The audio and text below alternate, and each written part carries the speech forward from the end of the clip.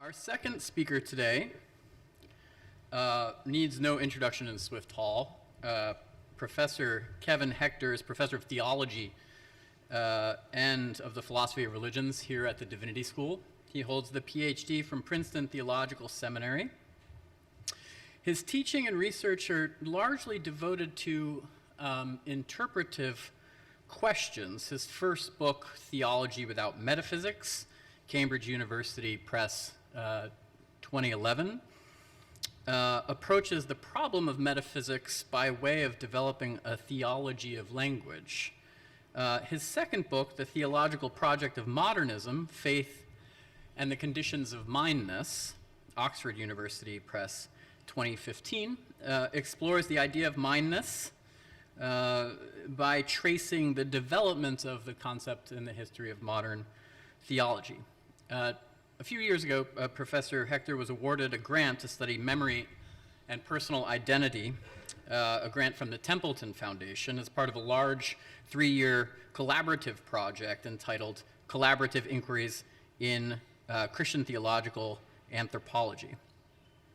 It's always a treat to hear him speak at the Divinity School. I'm very much looking forward to his remarks. The title of his paper is Saturated Phenomena and Life-Changing News, Two Models of Revelation. Please join me in welcoming Professor Hector.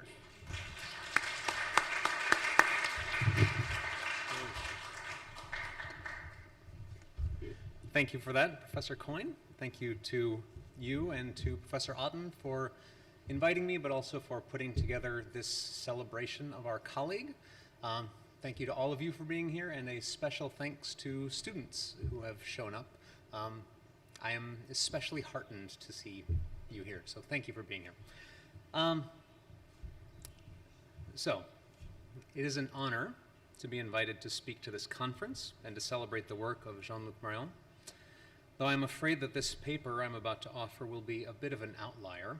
I am not a phenomenologist, I am not a Marion scholar, I'm not Catholic, I'm not even the good kind of Protestant, so it'll be very different.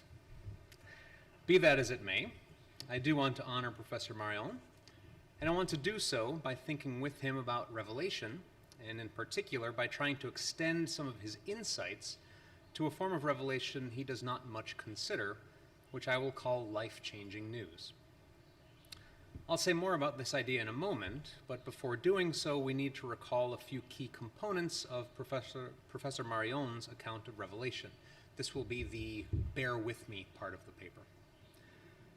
Very broadly, then, he defines revelation as, quote, the specific claim of a religion to having received communication of what God himself wanted or would have wanted to make known of his presence among men. End quote. Implicit in such claims, in turn, is the idea that, quote, a kind of knowledge comes from elsewhere, and that we should consider the possibility that this other origin lies beyond common experience.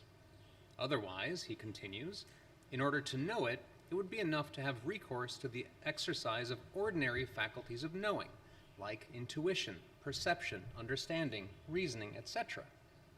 By definition, a revelation claims at the very least to add to this ordinary exercise of knowledge an excess of factual information, and probably as well a more complex and complete hermeneutics that corresponds to it, end quote. Crucial to Professor Marion's account, then, is the idea that revelation is not something we can simply figure out on our own. So, for instance, if one of my children tells me the answer to a riddle before I get it, there may be a sense in which they have revealed something to me, but if it's something that I could have figured out on my own, then it is only accidentally, rather than necessarily or essentially, a revelation. By contrast, if they were to tell me something that I couldn't have figured out on my own, a secret about one of their friends, for instance, then that might count as a revelation to me, yet even this sort of disclosure remains within the bounds of that which a person could come to know on their own, at least in principle, and is thus not revelatory per se. For that, it would need to be something that went beyond the horizon not of the knowable, obviously, but of the figure-outable, as it were.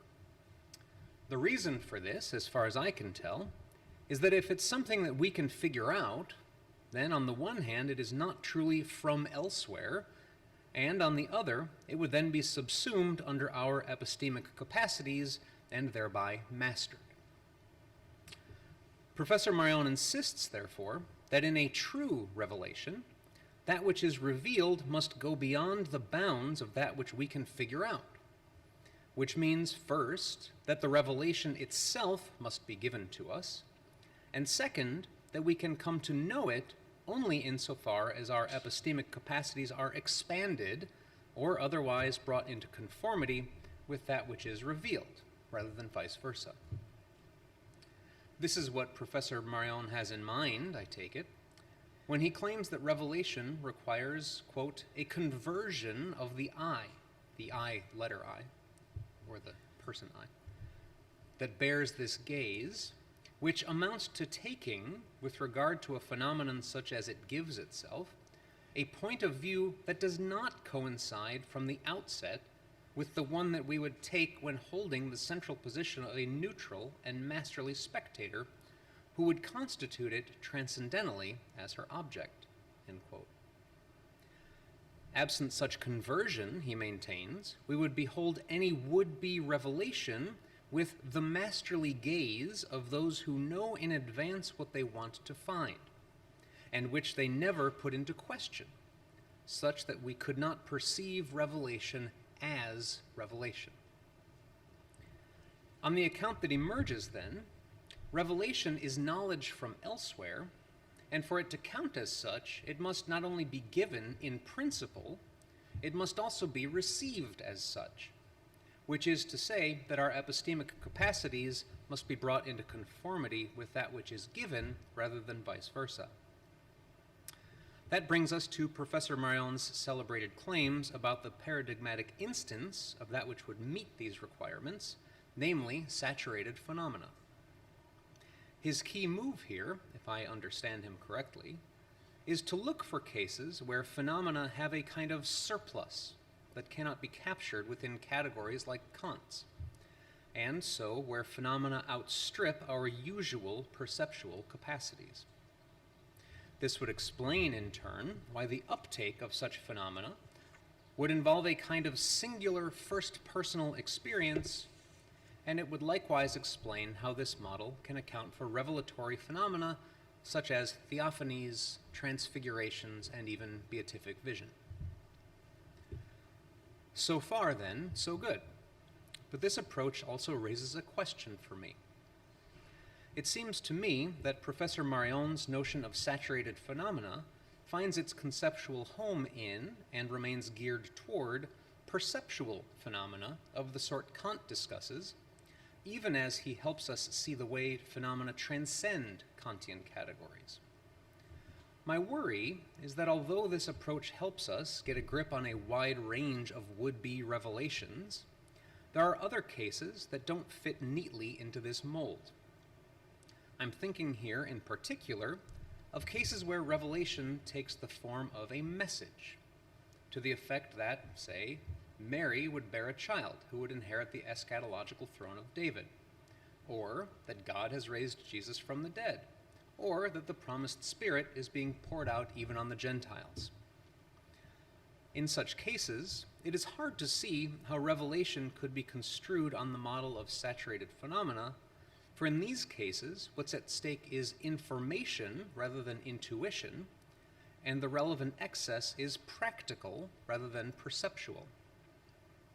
This suggests to me that we might need a different model to make sense of these cases, or perhaps more accurately, that we may need to extend Professor Marion's categories to cover such cases. That way of putting it is a way of being charitable toward myself. It might just be the case that Professor Marion thinks I'm wrong, or that I've gotten him wrong, in which case I'm not so much extending his views to cover these different cases, it's just a matter of us disagreeing and one of us at most being right. I want to lightly sketch one way of doing so, one way of extending Professor Marion's categories under the rubric of life-changing news. To be clear, here too, knowledge is given from without, and our epistemic capacities must be brought into conformity with it, but it seems to me that these claims look a bit different when applied to cases of life-changing news. What do I mean, then, by life-changing news? For one thing, life-changing news is obviously a particular kind of life-changing event. But life-changing events, unlike life-changing news, may be totally expected. You may know exactly when you are going to retire or get married, for instance, so it's not news when it happens, even if the event nevertheless changes your life. For an event to count as life-changing news, accordingly, it must be unexpected, at least to some extent. To some extent is an important qualifier, since one may know that a loved one is dying, for instance, but not know precisely when this will happen, such that it will come as news when one hears that they have, in fact, passed away, even if one was fully expecting it to happen. The mere fact that a life-changing event is unexpected does not mean that it is news, however, for the simple reason that it counts as news only if it's something one hears from someone or maybe something else. With respect to the latter, there are certain circumstances in which a non-person, that is a something, can share news with us, as when an at-home COVID test tells us whether we have COVID. Or it occurs to me, sometimes not hearing something from anyone counts as news, right? So being ghosted can be a kind of news, and in that case, it's certainly not someone telling us something, at least not in any direct kind of way. Marginal cases notwithstanding, the general idea here is simply that if it's something unexpected that we hear from someone else, then it's news. But what would make an event or a bit of news life-changing? One way to get a handle on this idea is to consider a range of life-changing circumstances from least to most life-changing in order to see what accounts for the difference. On one end of the spectrum, then, are events that change one's life, but in minor ways. If it rains on the day that I had planned to take my family to a ball game, for instance, or if I inherited an exotic bird from a distant relative, these things may change my life, but probably not by much. I would give away the exotic bird. On the other end of the spectrum, consider cases such as hearing that one's spouse is pregnant, or that one has just gotten one's dream job, or that one has been found guilty of a crime. For most people, the latter sort of cases would be far more life-changing than the former sort. The best explanation for this, it seems to me, is that these sorts of cases involve the things we orient our lives by and to, such that a significant change to those things would entail a change in our very orientation. This might sound a bit esoteric, so consider a couple of examples. On the one hand, imagine a person living during World War II. Their food is rationed, their child is fighting at the front, and their job has been shifted so as to support the war effort. The war thus shapes the things they do each day, the things they think about, and the feelings to which they're liable. They may be angry at their country or another country. They may be worried about what's going to happen, right? And now imagine that this person hears the news that the war is over. If they believe this news, it changes everything. The very thing that has defined their life for the past several years has come to an end, which means that the way they spent their time, the things they were concerned with, and the things that weighed on their minds are now oriented towards something that is no longer the case. Adjusting to this news will surely take some time, and in the meantime, they will probably experience some disorientation. They will surely have to remind themselves again and again that the war is, in fact, over. The point is not that this news will change everything all at once, only that it changes everything in principle, and so that it has normative, if not yet actual, consequences for all of their beliefs, actions, emotions, and the like. That's what happens when news changes one's life. On the other hand, Imagine that I spent my whole life believing that my father abandoned my family when I was born because I was too much of a pain. And then imagine that, after my mother's passing, an estate lawyer tells me they discovered dozens of letters that my father had sent me over the years. Letters that proved just how much he wanted to be part of my life. To whatever extent my psychology has been built around the belief that my father abandoned me and wanted nothing to do with me, probably a considerable extent, it follows that if I believe this news, I will not only have to give up this belief about my father, but revise all of the psychological infrastructure that was built up around it. There is thus a sense in which this news, too, changes everything, as we say. With cases like these in mind, accordingly, it seems plausible to say that news is truly life-changing insofar as it significantly affects something that oriented a significant part of our lives. Putting everything together, then, we can say that some bit of information counts as life-changing news if A, it is unexpected, at least to some extent, B, one learns of it from someone or something else, and C, it significantly affects something that orients a significant part of one's life. Naturally, we may want to distinguish here between news that merely should change one's life and news that actually changes it. After all, there may be cases where we hear news that isn't a big deal or may not even be true, but for some reason it changes us. Perhaps we hear that a bird we rescued has now been nursed back to health, and this gives us an overwhelming sense that everything is going to be all right, such that this apparently trivial news ends up changing our lives. We can also change our entire lives in response to news that turns out to be false, right? If I get a diagnosis that I have some significant heart disease and I make all kinds of significant changes to my life in response to that, and then I find out the diagnosis was false, that it was not true, I may nevertheless think I'm invested in these changes. I'm going to keep the changes even though the news that precipitated them turns out not to be true, right? So these two things can swing free from each other.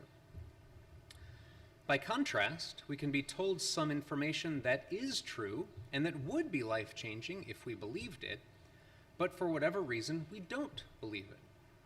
In that case, it's life-changing news in itself, as it were, but not for me or not for us. To take just one example of the latter, we might think here of the way people respond to news about climate change or COVID-19. It is objectively life-changing news, but that doesn't entail that people will, in fact, change their lives because of it. Perhaps this requires a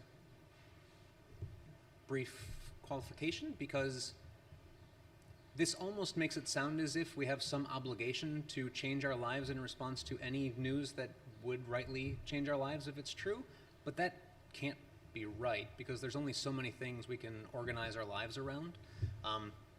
And so there may be cases where you hear news, you believe it, you recognize that this would change your life in virtue of you believing it, but you feel the tragic sense of not being able to organize your life around this belief, right?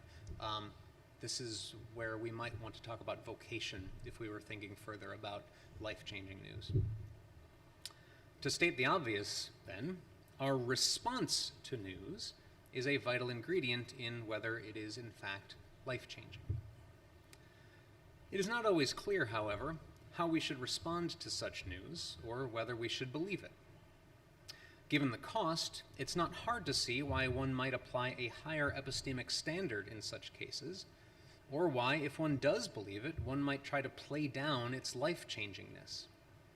Yet it is also possible that one will respond by believing the news, accepting that it is indeed life-changing, and adjusting one's life accordingly.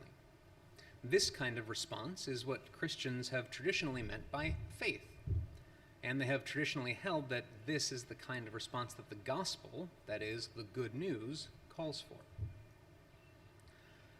I'll say more about the content of this good news in a moment, but first we need to consider a few additional points about the way life-changing news works.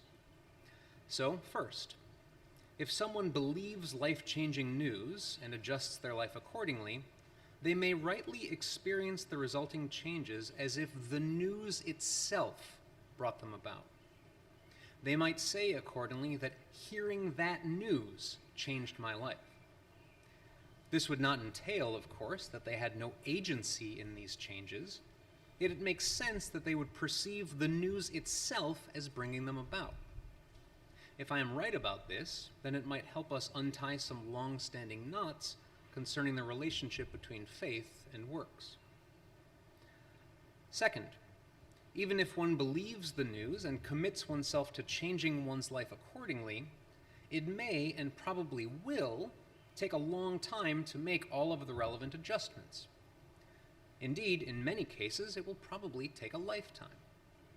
Long after the news has ceased to be news, in other words, it remains what we might call a life-shaping belief. This is worth noting since it helps explain the fact that there are countless persons who have held such beliefs for as long as they can remember, to such an extent that they may never have seemed like news to them. Perhaps it goes without saying, but the crucial thing for our purposes is whether one actually holds the relevant life-shaping belief, not whether one acquired that belief as news.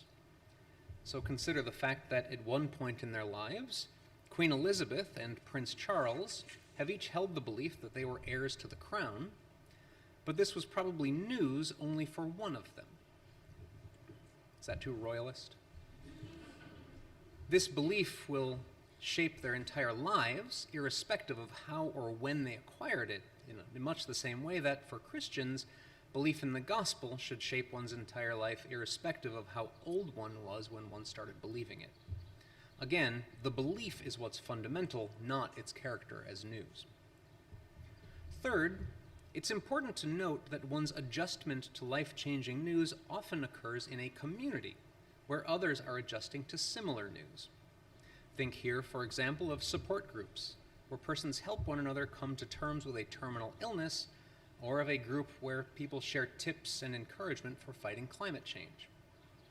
Needless to say, adjusting to life-changing news can be hard, so it's not surprising that persons would join with others who can help them with that adjustment. Also needless to say, or so I hope, churches should function as just such a group.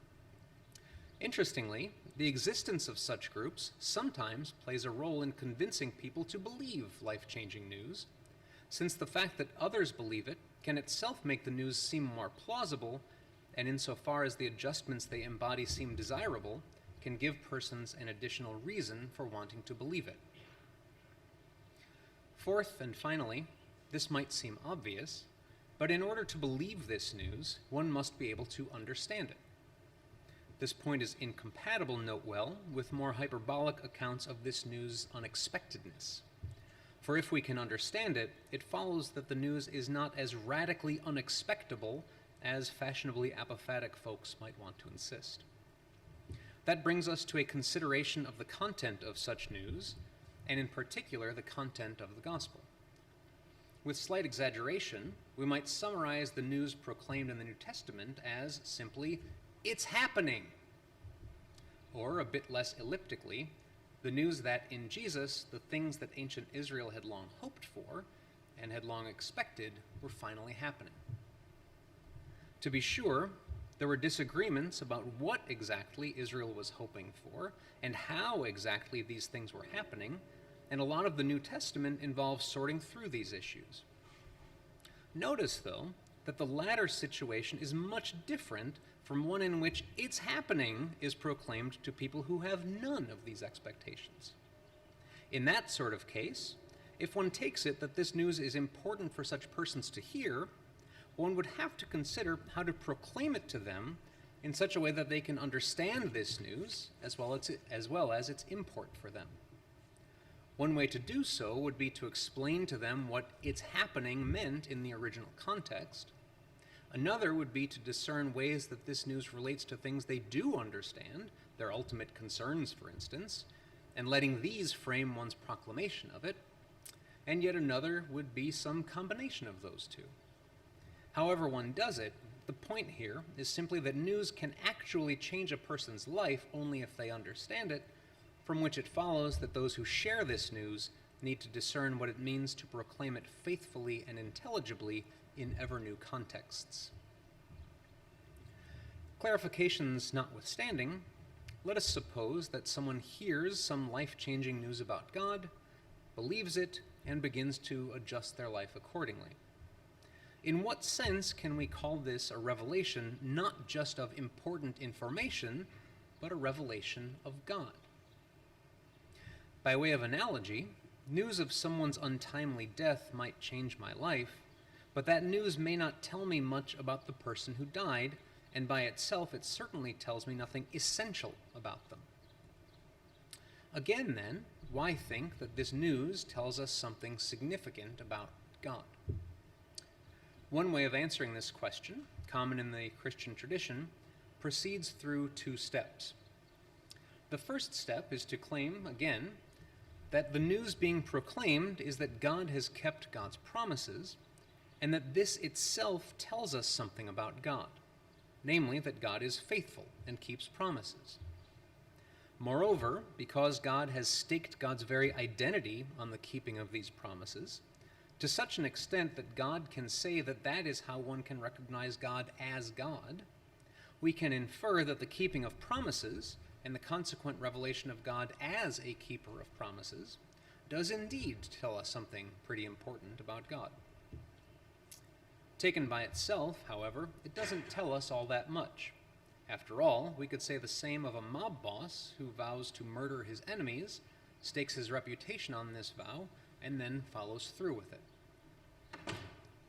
There's a real edge to this paper. I don't know why I keep gravitating toward these examples. The second step, then, is to point out that God stakes God's identity not on the keeping of promises per se, but on the keeping of very particular promises related to God's covenant with Israel and through them, the nations.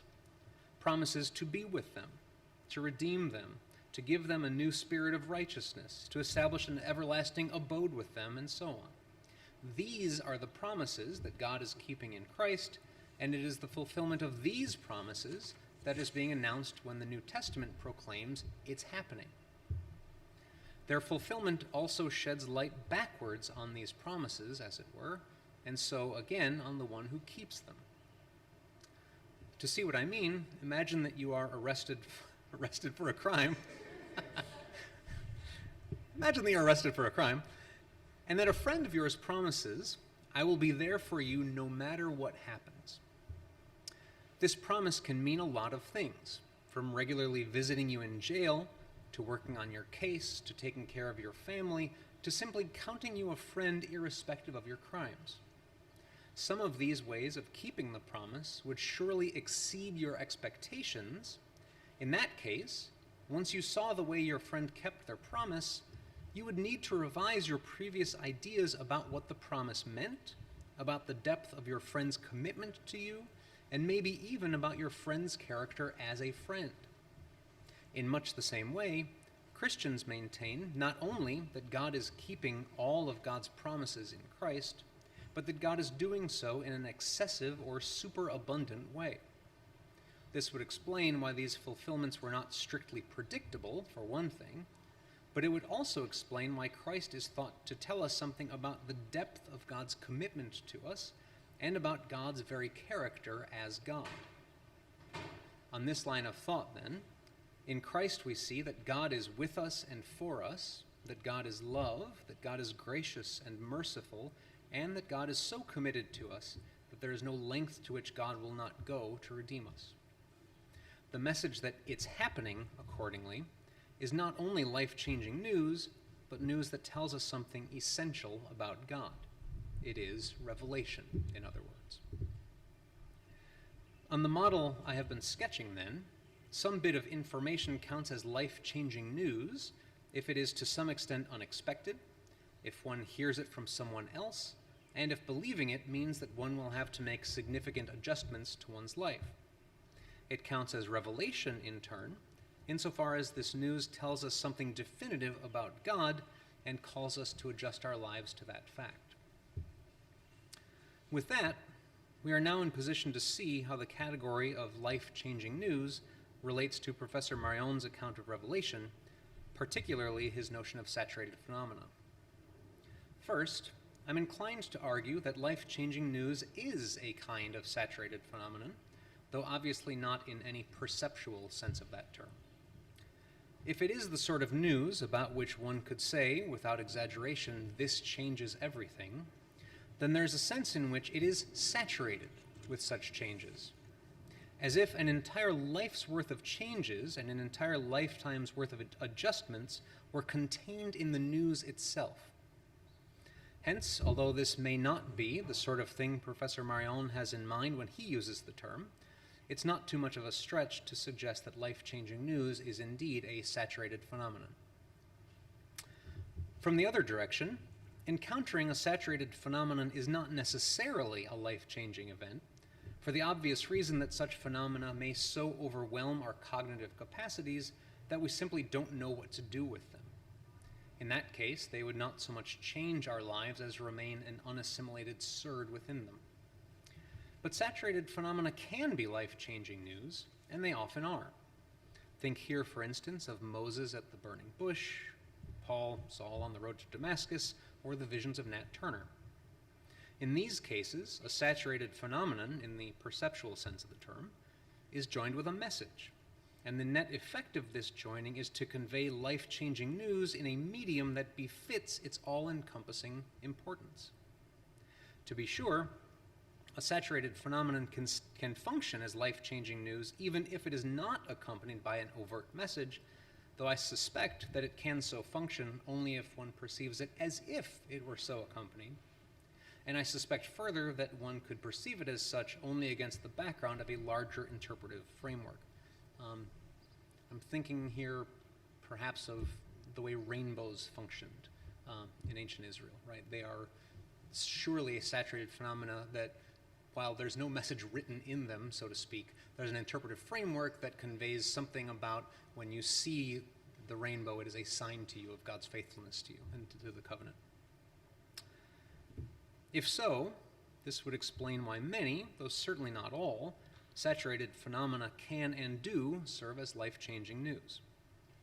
And this, in turn, is one of the ways that saturated phenomena can be shared with others, since your theophany can thus become our life-changing news, and so can change not only your life, but the life of an entire community, right? This is a way that saturated phenomena can go on the road, so to speak, and not just be a first-hand experience, but can be shared second-hand and can change many lives and not just the life of the one who experienced it firsthand. We could say more about all of this, and perhaps we will. The key point for now is simply that life-changing news is arguably a species of saturated phenomena, and that saturated phenomena can be life-changing news. With that, we've reached the conclusion of my reflections about life-changing news and saturated phenomena, but I want to end my time on a more personal note. 15 years ago, when I heard that UChicago was offering me a job, that was certainly life-changing news. Or, more precisely, it was potentially life-changing news, since it would become life-changing news only in light of a life-changing decision concerning where I would teach.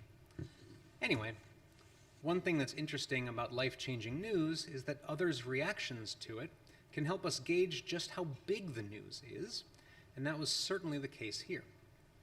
I clearly remember being in the religion department's lounge when someone shared the news that I had been offered this job, and another graduate student's jaw dropped.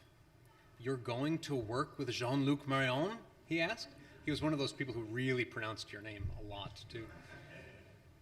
There were two things implicit in this person's question.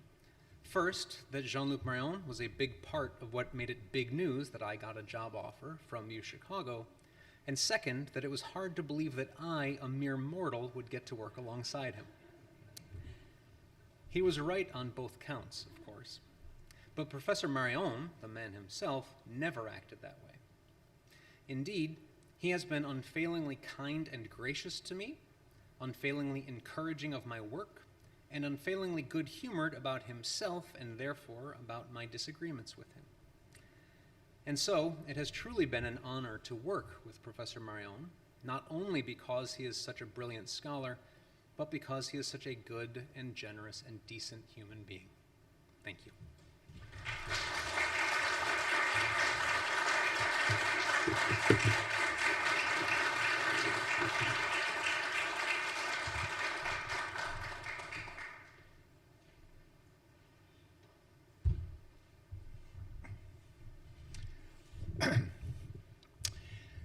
Dear Kevin, it is a terrible afternoon. One more time, I don't disagree.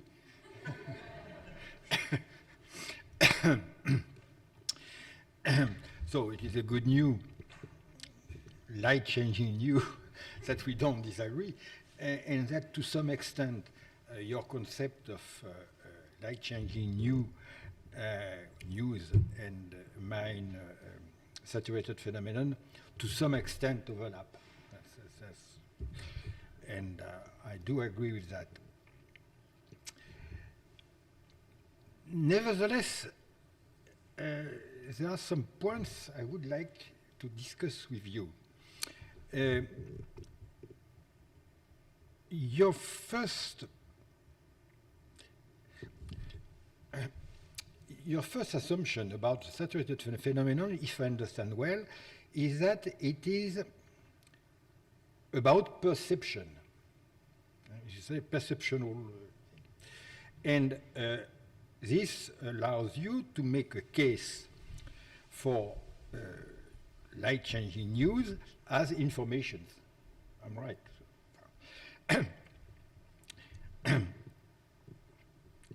I would not completely accept this opposition because first, so there is a phenomenological reason and a theological reason. The phenomenological reason is that the saturated phenomenon is not narrowly restricted about, for instance, vision. It includes as well hearing, all the five senses. So I've developed that, but it is not only about sensation. I think in the saturated phenomenon is a relation between any kind of intuition, in the meaning of Kant, and the matching signification or concept. So it is both about sensation, indeed, perception, and the concept. And what is the characteristic of the saturated phenomenon is that there is no match between two. So it is as much about thinking, understanding, than about vision, perception, and so on. The two have to be disconnected, so to speak, to have a saturated phenomenon. So I would say that indeed, and this supports your conclusion, that to some extent news, which are mostly about the concept, understanding, and so on, can be related to the saturated phenomenon, indeed, because saturated phenomenon is as much about the concept than the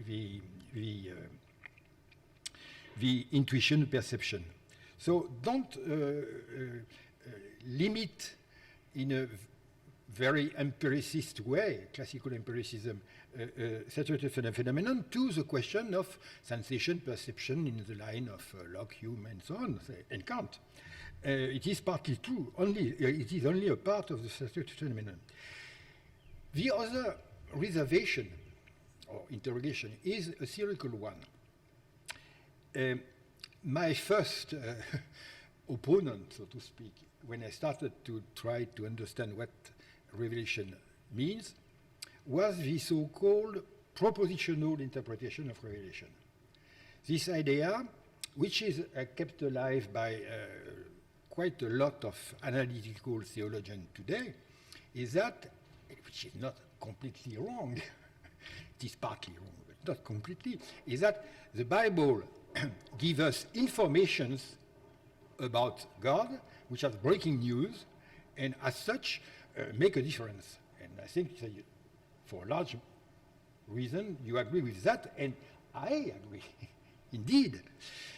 So there are some you can extract from the Bible text, I would say, without further interpretation, without a lot of hermeneutical display, you can extract from that propositions. So, I am who I am, creation, resurrection, and so on. And this is true. But we all know the threat of that identification of revelation is that at the end there are in theology some proposition which can be rational information which can be supported by a philosophical demonstration and other not. This is very clear in the first article of the first question of the first part of this Summa Theologia, position between revelation and philosophical theology. And this opened the road to the Enlightenment.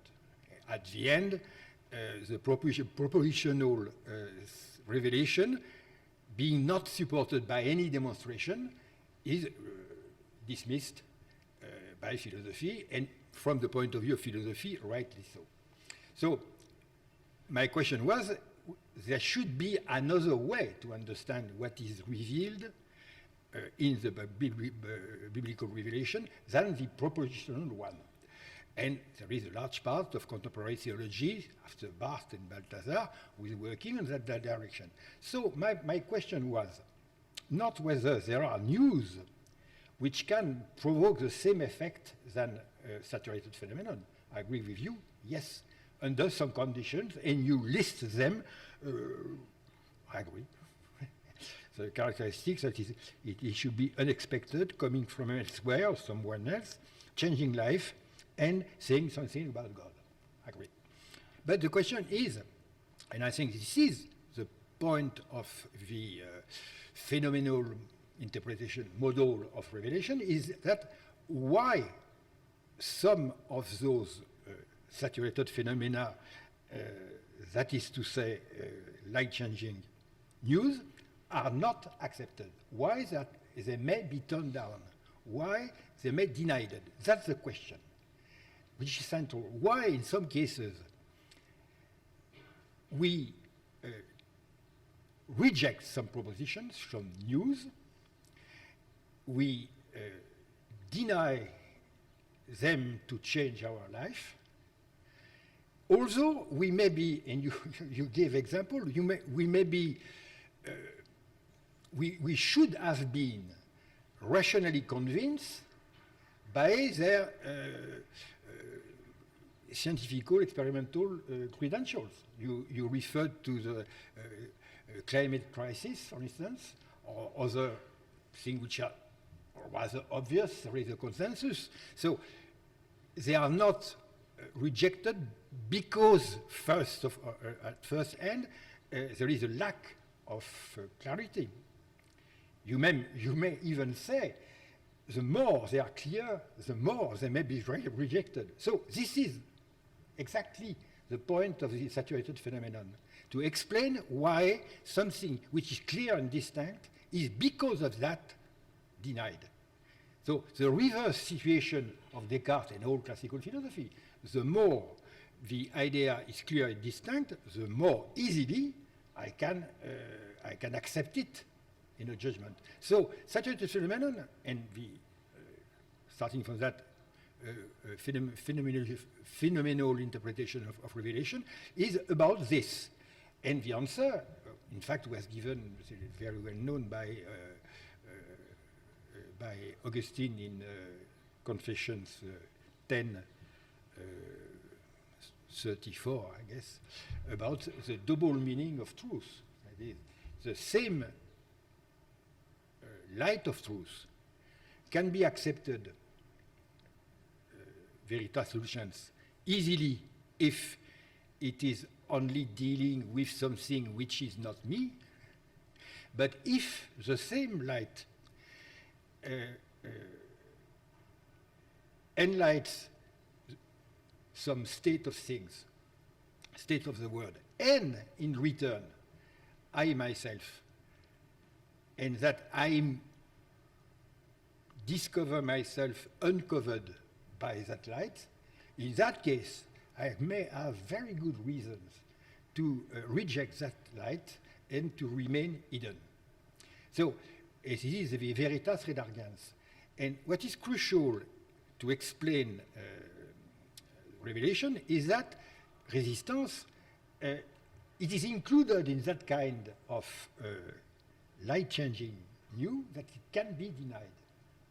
And so I think that for that reason, not all light-changing, the real question is, I would ask you, why some light-changing news in your view may be not changing our life?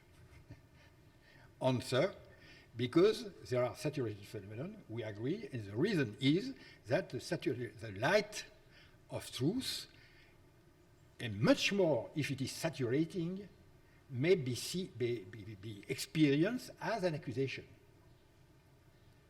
So it is not only a question of information, of knowledge, and so on.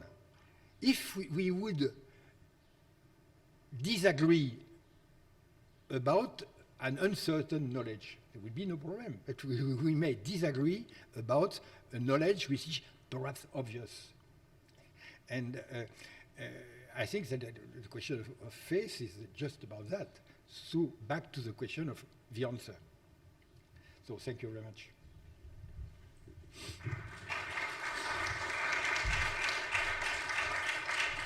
Can I very quickly say something? So first, thank you for that very unduly generous response. One thing to say is that we share an opponent in what we could call propositionalists about Revelation. The idea that Revelation could just be boiled down to certain claims, certain facts, decontextualized, wouldn't have any claim upon us, right? They would just be beliefs to be accepted or something like that. I agree with you about that. I'm heartened. I appreciate the gentleness of your rebuke about my interpretation of you on saturated phenomena.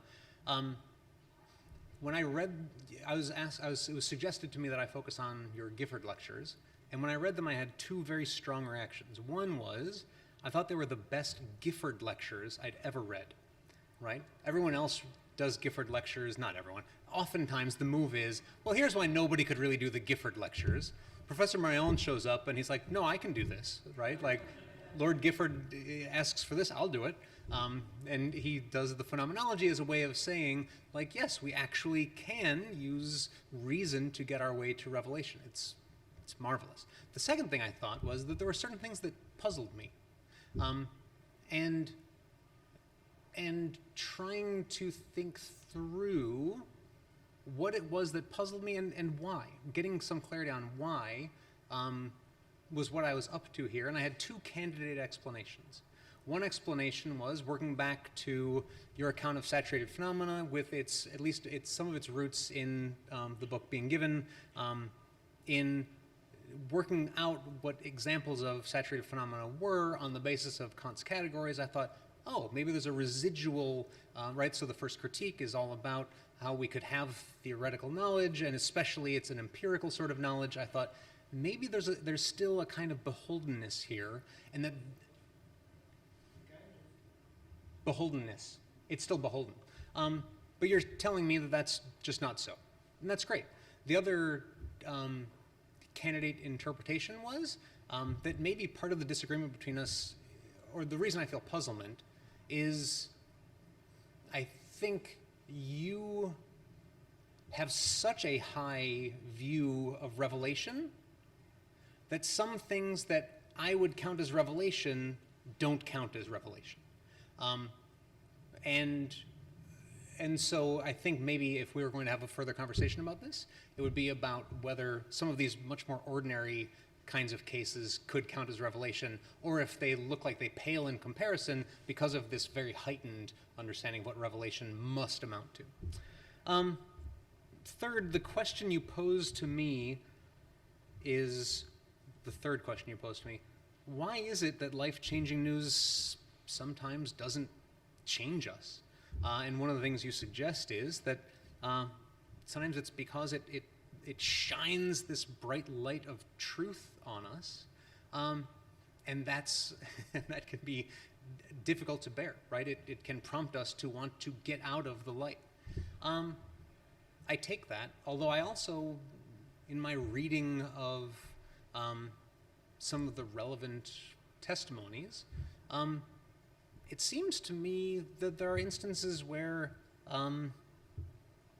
some people hear this news and they experience it as, oh, this is the thing that tells me the story of my life, right? In some fundamental way, this news makes everything rhyme somehow, such that what it elicits, I'm not sure I want to say that it doesn't elicit resistance, but it elicits more almost a sense of finally being at home with oneself, right? Which is a different kind of metaphor. But I completely agree, and I suspect that if there weren't, if grace and forgiveness weren't a fundamental part of the life-changing news, anyone who didn't flee it would be a fool. But presumably part of the good news includes the good news of grace as well, such that facing that light and facing oneself in that light can be more bearable. And hopefully community can play a role in helping people bear that too. Anyway, those are really generous and very helpful responses, so thank you for that.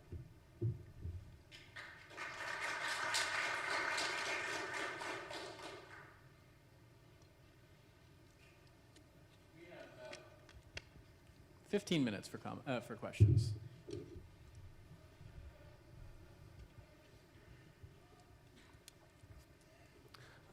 Thank you for your talk.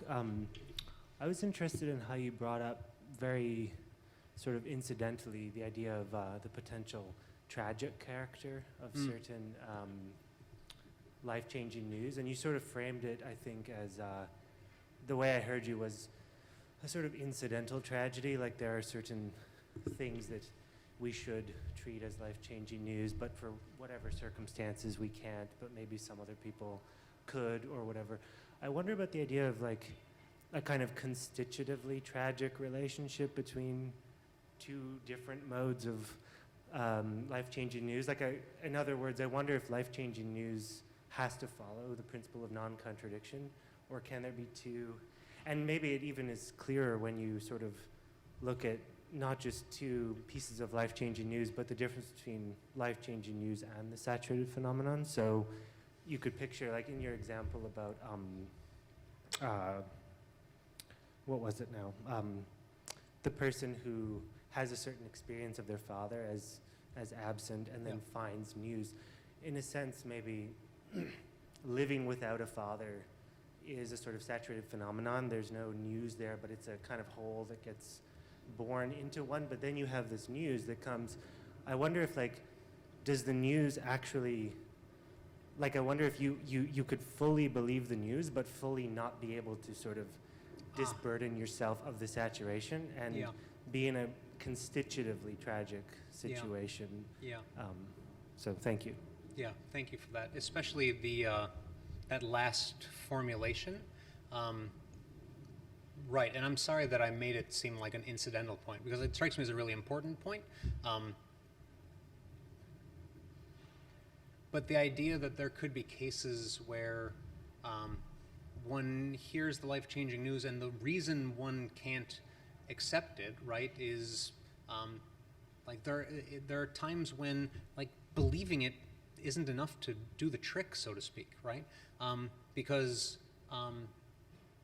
even if one fully believes it, the way I put it was there's so much psychological infrastructure that's already been built up around the old belief that even if one can excise that belief, which is in some ways even that is much harder than I'm making it out to be, but it could just be the case that one's not going to be able to change. Yeah, and if that's what you mean by a more constitutive version of the tragic, I fully agree with you. And yes, there are such cases, and that's an important reason why, maybe that's another important reason in response to Professor Marion, why people would not be able to respond to this life-changing news that I'm talking about. So on both counts, I think that's a really important suggestion. Thank you. What's your name, by the way? Okay, thank you. Oh, great.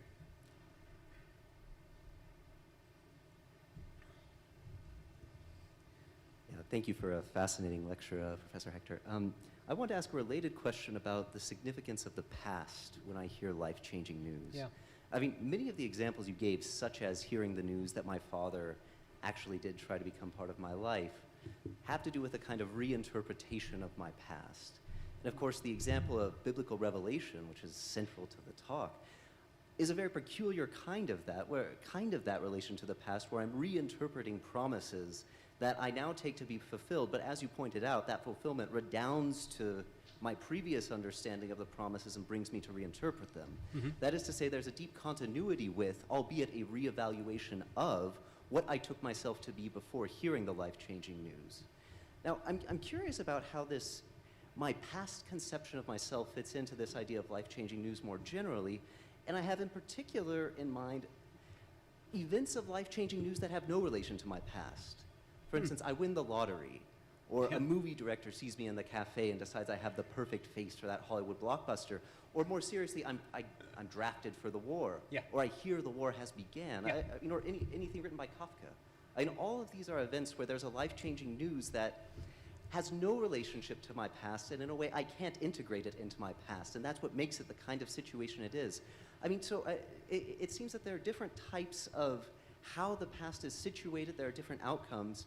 So I guess, what is the significance of my relationship to my past generally in the conception of life-changing news? And more specifically, do I need to have a particular relationship to the past for revelation to be possible? Something analogous to the Christian case, which seems to play a very deep role in how you exfoliate it, how you proclaim it, how you expand it to others, and so forth. Yeah. That's an essential role. Is that essential in all cases of revelation?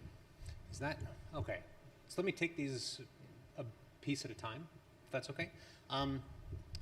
So one of the things that is important in any kind of life-changing news is that part of what gets changed is one's self-narrative.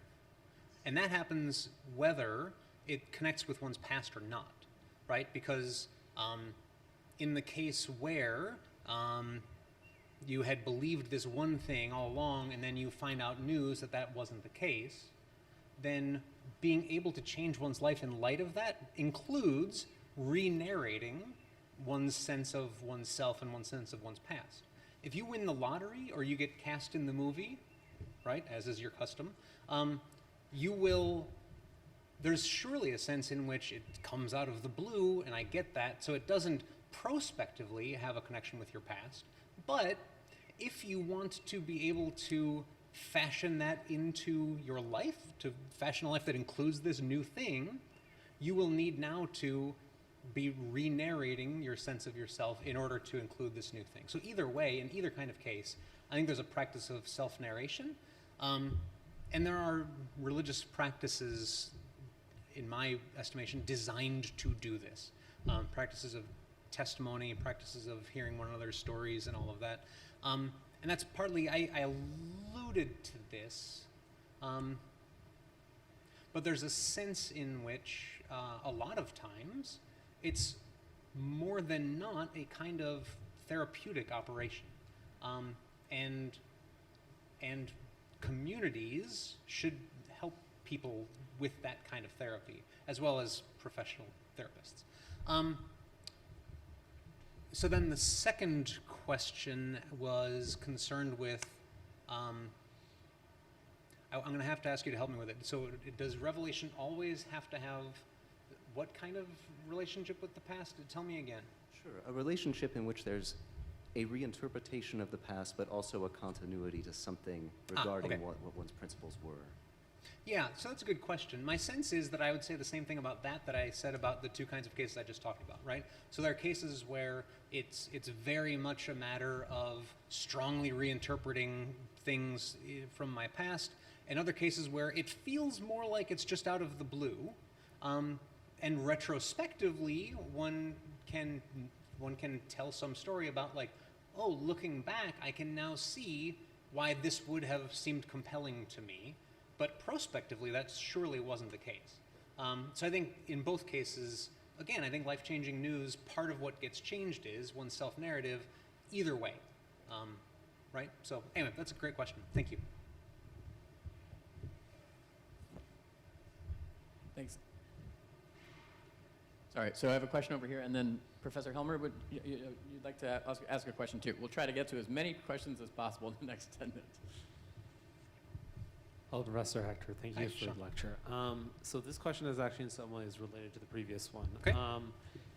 So earlier in the lecture, you mentioned that the Christian understanding of the significance of the gospel lies in the process of coming to belief rather than in its quality as news, if I understood you correctly.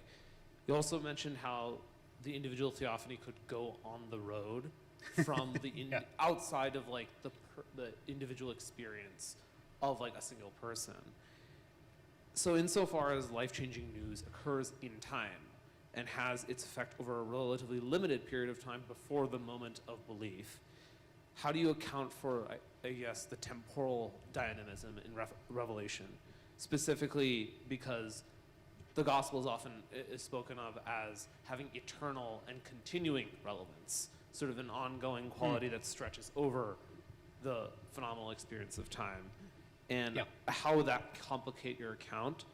And does Revelation need to be like a momentary experience, or does it have an ultimately timeless quality? Thank you. Yeah, that's a great question, Sean. Thank you. So part of my answer, I think, is that life-changing news doesn't have to. I feel like one of the limitations of the category life-changing news is that it immediately makes us think of events that we then hear of, right? But life-changing news could be, right, like we have this saying, right, well, that's news to me, where it's like this thing could have been true forever, but me hearing it is news, right? And so, like, why didn't anyone tell me? Like, everyone knew this and I didn't know this. Why didn't you tell me? It's news to me in that kind of case. And my sense is that we can say, I mean, I could go either way on this, but we can say that that which is true in the gospel message is always and everywhere true, but it is news when people hear it for the first time, so to speak. Right? So, I mean, this isn't a great example of the gospel, but suppose it's always true that God sees everything, right? You might not believe that, but just go with me. If that's the case, it's always true that God sees everything, and I, one day in my life, hear someone say, God sees everything, and it freaks me out, right?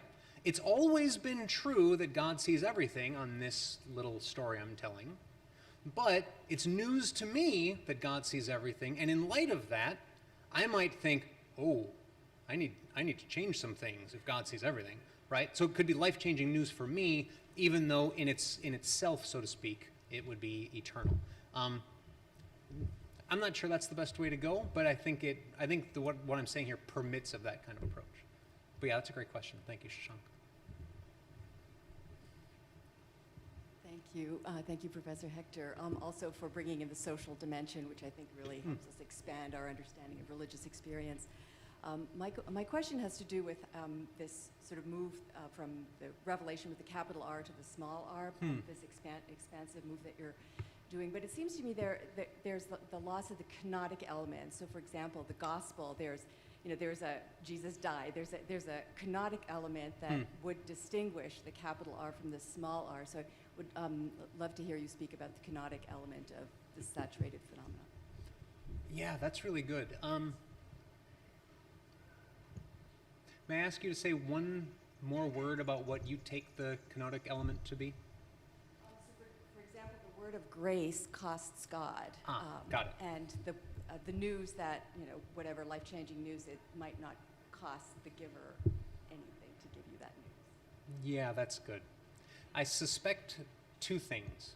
One, that's a limitation of the too brief way that there's a little bit of a abstraction.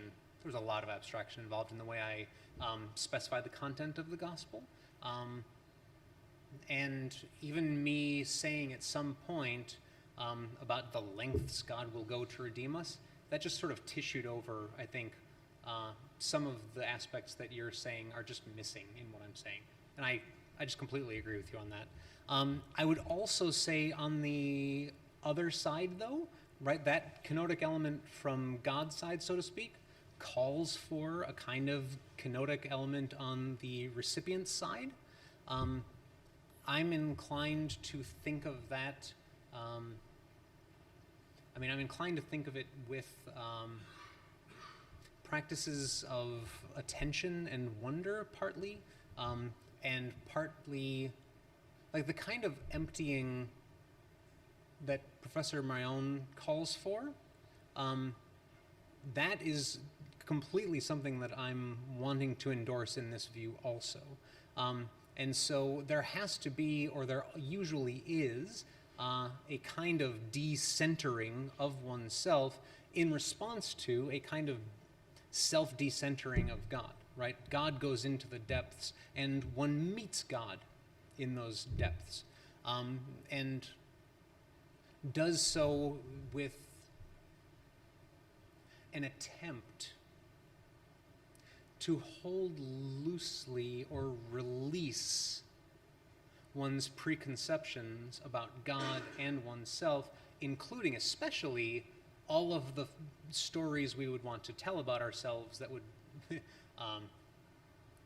protect us from hearing this news about ourselves, right?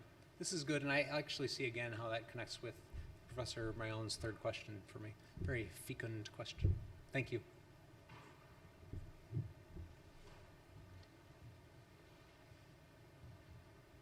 Thank you. Thank you, Professor. So I think my question might bear some relationship with Professor Marion's response, but I think I was sort of thinking of it from a different angle. Mm-hmm. It seems like what you're proposing about life-changing news is conflating two things. One is news that changes your life whether you want it to or not. And the other one, like, for example, congratulations, you're pregnant with the human incarnation of God. You don't have a choice about that. That's going to happen whether you want it to or not. Or you've been, like you said, like you've been convicted of a crime and now you're going to be serving a prison sentence. And the kind of big news in response to which you have a choice to make, and you can make a life-changing decision. And you spoke about this in your initial presentation, but it sounds to me like they're different things, because in the first case you don't have agency, and in the second case you do. And I would have thought that having agency is a very important thing, because in the first case it really is life-changing whether you want it to be or not, and in the second case, Yep. You can choose to carry on with your life as before and to ignore the whole thing. So my question is it important to what you're proposing to conflate them into a single category, or can you just say that both of them are forms of revelation? Yeah, great. So I think both kinds of case are life-changing news.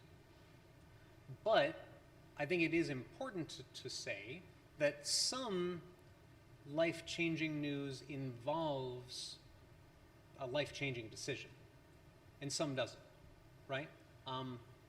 Like if one of you throws a heavy rock at my head, that's probably going to change my life. Later on, when I find out what happened, that's going to be news to me. But I didn't have any agency in it, right? You threw a rock at my head. On the other hand, if I find out that I've been offered a job, right, that's potentially life-changing news, but my response to it counts in a way that my response doesn't count to the rock thrown at the head example, right? I fully agree with that, and the only thing I would want to say is, maybe the way to put it is that sometimes news is news of a life-changing event, and sometimes the news is news that calls for a life-changing decision on our part such that it would be a life-changing event. I'd totally grant that. The one thing I would say, though, is I almost said phenomenologically, but I won't. In the experience of it, it is often the case that agency isn't experienced as the having of a choice, right? So even in a case where someone hears certain news, if someone hears some version of the gospel, right, they might experience that as something they couldn't help but believe, but I wouldn't want to put that in the category of a rock thrown at your head, right? So I just would want to insist, and I don't think you would worry about me insisting this, the experience of it might not be the experience of having a choice in the matter, but I don't think that means that it doesn't involve one's agency. As long as we can agree on that, I think I completely agree with what you're saying. And I think that's a useful distinction that if this paper has a future, I would want to elaborate. Thank you. So we're at time right now. I'm going to dip into injury time or just invent it for one more short question. Thank you, Professor Hector. I don't want to push you to do phenomenology. You were not really willing. But it feels to me that there is a phenomenology of grace here that might be missing, or maybe the link to connect, saturated phenomenon, life-changing news and response. So how do you, I guess, think or conceptualize grace operating in this whole process? It seems to be different than saturated phenomenon or life-changing news. It's something that is sort of in the background that allows some kind of response, but feels to me like something different. I don't know how you think about it. I don't know. Thank you. Yeah, that's good. I'm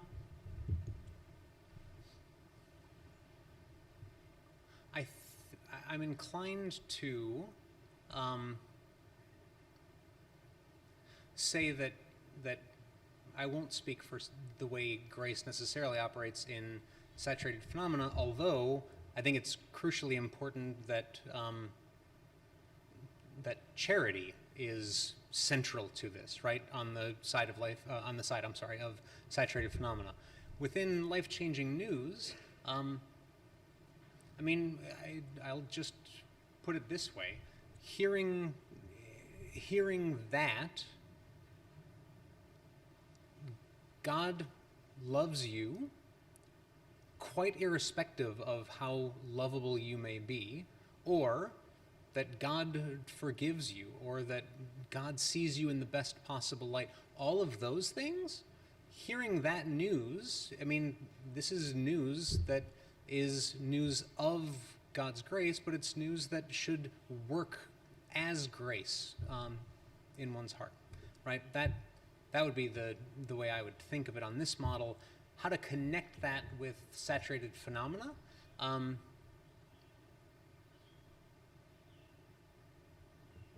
have to think about that. My inclination is to say that when it comes to life-changing news, sometimes the message doesn't care about the medium, right?